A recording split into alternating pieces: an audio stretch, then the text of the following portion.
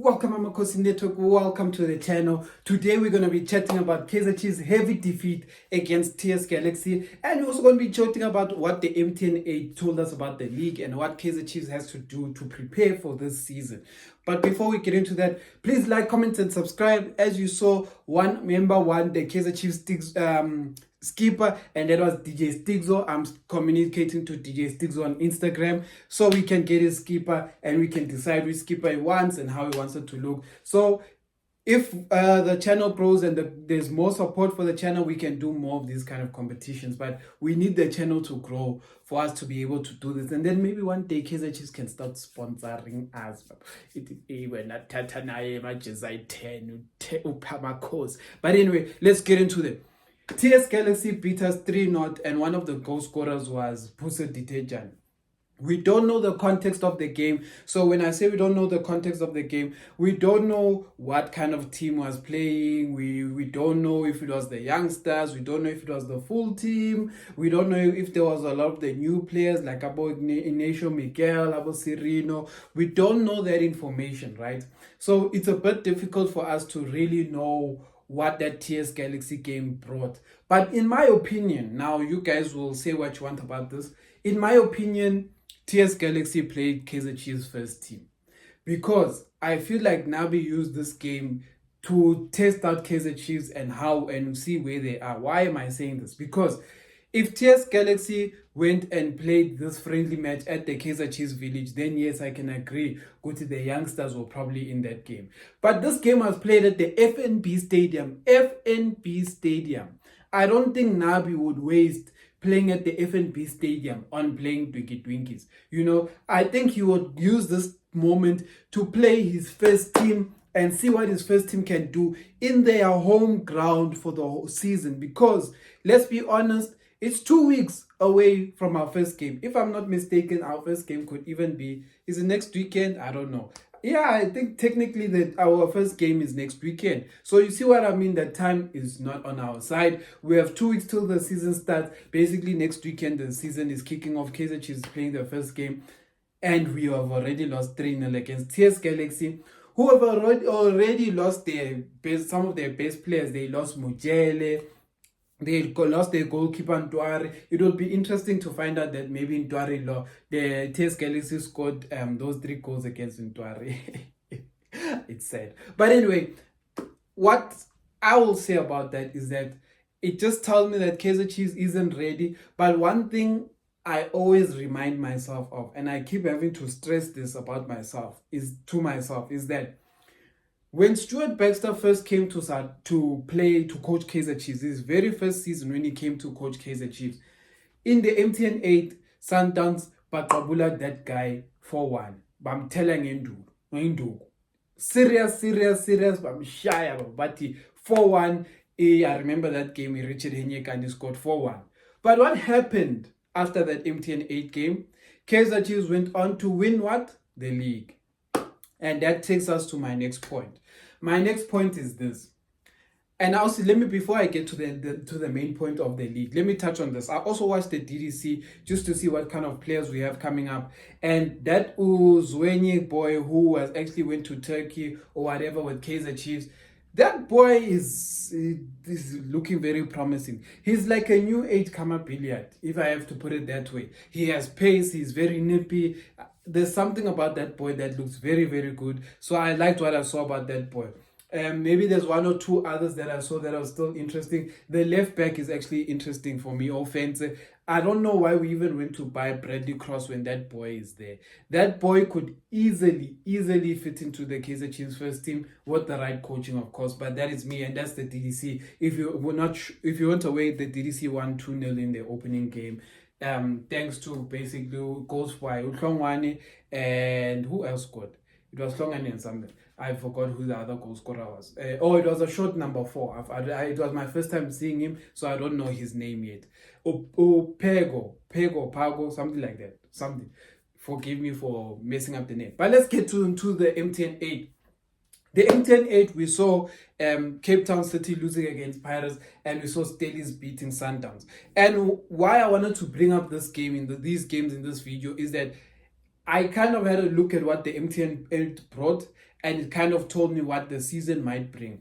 And the season might bring this. What I told you guys, and a lot of you guys were saying I'm lying, you guys were saying I'm hating. I said, having watched Sundowns play Polokwane City, I told you guys that having watched that game, Sundowns is going to find teams that they're going to beat with high scores, 5-0, maybe some will even get an 8-0.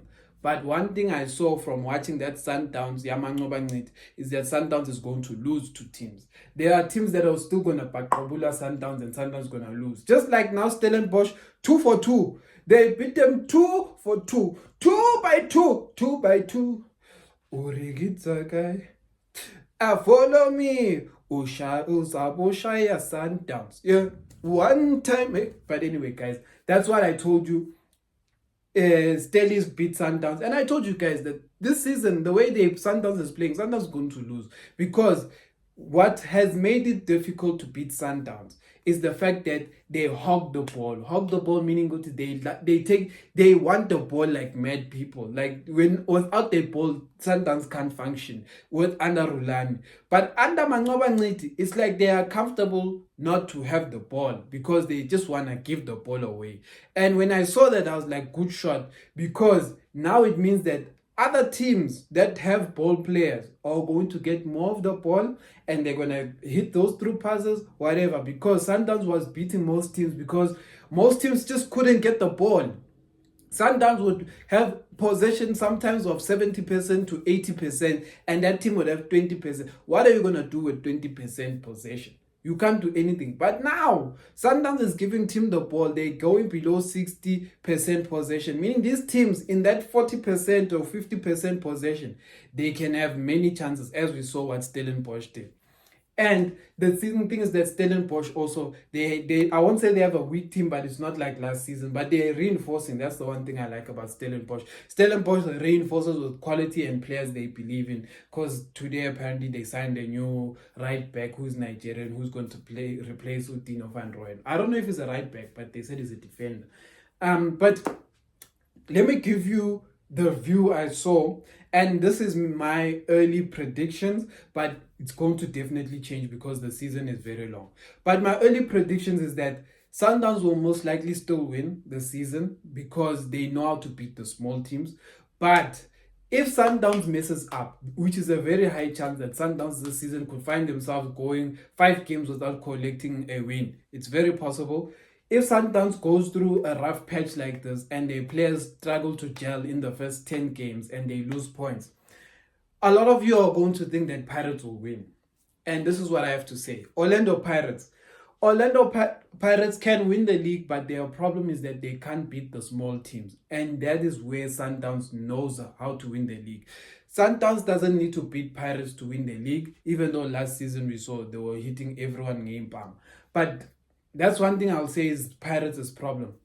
Orlando Pirates always struggles to beat these small teams. When I say small teams, teams like Chipa, Polokwane City, TS Galaxy, all of these small Anyana teams, even what Cape Town Spurs, I believe, beat Pirates. So that shows that Pirates struggles with the small teams, but when it comes to big man temperament, these boys somehow deliver. Like we saw last season, what they did in Soweto derbies. These boys were Pirates. They show up for these big games. They show up for finals. They show up for semi-finals. But when it's just a game where they're expected to just win, you can see what happens. Like they don't just go there and knock you out. Like they give you an open door, a back door, and then that's how they get beaten. The next team is Stellies. Stellies knows how to beat the small teams. I agree. But we don't know what Stellies is going to become this season because it's too early to tell. And I know a lot of you are judging it by MTN 8. MTN 8, remember, is about 4 games and then the title is gone. So it's hard to judge because they're still rebuilding their squad. But after rebuilding the squad, we're going to see if these players can have consistent performances throughout. So it's hard for you to say Stellies will compete for the league because the league needs consistency. And I know Stellies can beat small teams, but I don't know if they're consistent enough to ensure that they definitely beat them and they often will then struggle with the bigger teams. And a lot of you are going to say, but look, they just beat Sundowns. You're very right, they beat Sundowns, but they beat Sundowns in the cup. We are talking about beating Sundowns and all these Chiefs, Pirates, and all these teams in the league, which is why where it becomes a bit tricky for Stellenbosch. When it comes to the league, sometimes it becomes tricky. They can't really take 6 points from the big teams. I don't know why. Even a team as swag as Chiefs, they were struggling to just to take 6 points from Chiefs. The next team is this, Cape Town City. Cape Town City is one of those teams that I never want to say they won't win, but I feel like they are more likely to win a cup than they are to win a league, because I don't know if they have continuous longevity for the league, 30 games in them to really beat everyone. I don't know if they have that, but you never know though. They could surprise you. But yeah, I don't know. But I don't know. It's a difficult one. The one team that I say no one is talking about, and for me is the most dangerous with the league, is probably SuperSport United. SuperSport United knows how to collect points from the small teams, and it knows how to get 2 points, draws, or 4 points from the big teams. They know how to go to Sundowns and get 4 points or 2 draws. They know how to go to Chiefs to get 4 points, even sometimes 6. Well, Chiefs and SuperSport, Chiefs beat us. So 6 points. They know how to go to Pirates and get 3 points to 4 points. They know how to do that, but then the small teams, they know how to win, because Gavin Hunt just knows how to figure out how to beat these teams. So SuperSport, if there's a team I'll put up there that I think could possibly, if Sundowns sleeps this season, could sneak in and win, it will be SuperSport, because no one is thinking of SuperSport. The reason why I'm not including Kaizer Chiefs in this is because we as Kaizer Chiefs fans don't even know what our team will be. We're seeing news that we're losing to TS Galaxy. We're seeing news that we're drawing to some Angola teams, and then now and then we beat Highlands Park and we beat a Cheaper and all of those things. But it's too early to tell. The results are like this.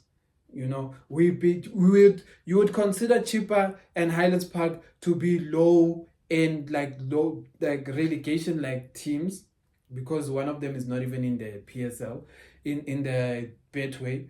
And then you consider TS Galaxy to be a top 8 team. Chiefs lost 3-0 to a top 8 team. They lost 4-0 against Younger, CAF Champions League team. So it's like the bigger teams, top 8 teams, are still being able to beat Chiefs, and with heavy scores. So that's the difficult part.